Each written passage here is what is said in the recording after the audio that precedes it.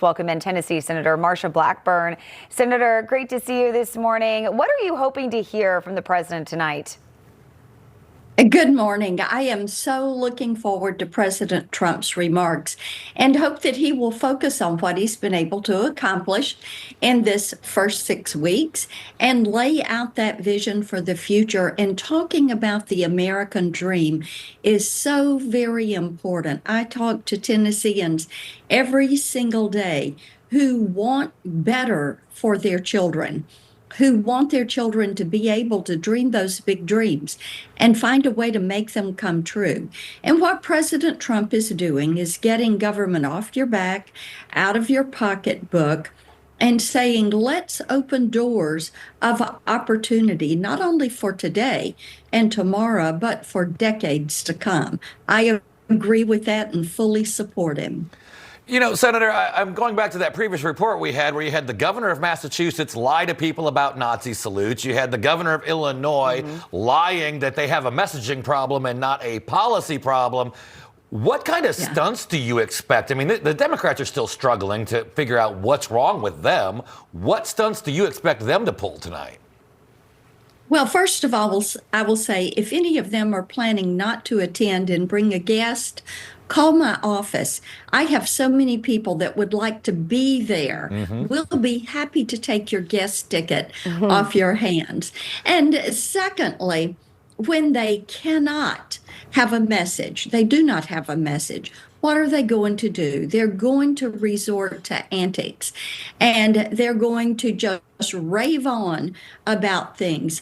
But what they're missing is this.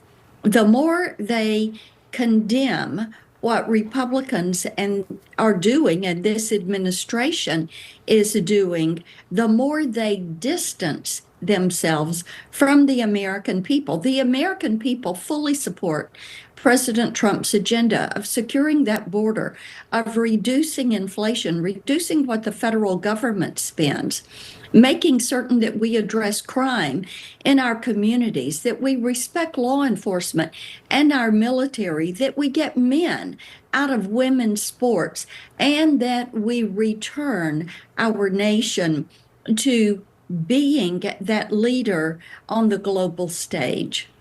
And you just mentioned it, and I want to ask you about this because I know you're very passionate about protecting women's sports. And the Protect Women in Sports Act was blocked in the Senate last night, 51-45. The bill would have needed 60 votes to defeat the Democrats' filibuster. What was your reaction to seeing that?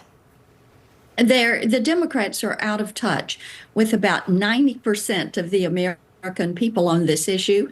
And later today, we will have my American Girls in Sports Act, which would set aside one day every year. It would be October 10th. And by the way, the Roman numerals on that are XX, just like the female chromosome. It would set that day aside to honor our female high school and college athletes. There are about 3 million in the country. Last time we brought it up last Congress, Chris Murphy came to the floor and objected and didn't let it move forward. So today we're going to push it forward again so we can honor these young women. I love that. Yep, absolutely. So another thing I know you're also very passionate about, Senator, is making sure we get the transparency for the American people after last week's underwhelming Phase 1 release of the Epstein files. And then, of course, we had a deadline from the Attorney General. The FBI has dropped off a, quote, truckload of documents. You've also requested the unredacted logs from the FBI Director Kash Patel on the flight logs. What are we seeing now? What are you hearing? And when might the public finally get to see what the FBI doesn't want us to see? And I really appreciate the way AG Bondi and Director Patel have worked on this issue with me. As you know, we have worked on this for years as part of our committee oversight at Judiciary Committee, and we've been constantly blocked by Christopher Wray when he was there, and also by Democrat leadership. What we know is that there are additional documents that were there. The letter that I sent referenced to many of what whistleblowers have told us they have, which is files from what would have been the trial also financial records and an FBI raid that took place, plus video footage from the Epstein house. Now, all of that is what we've been told is in possession of the FBI. I know that General Bondi gave a deadline for the FBI to bring that to her office. I know she has publicly stated that she has truckloads now. This is about breaking apart what has become an international human and sex trafficking ring.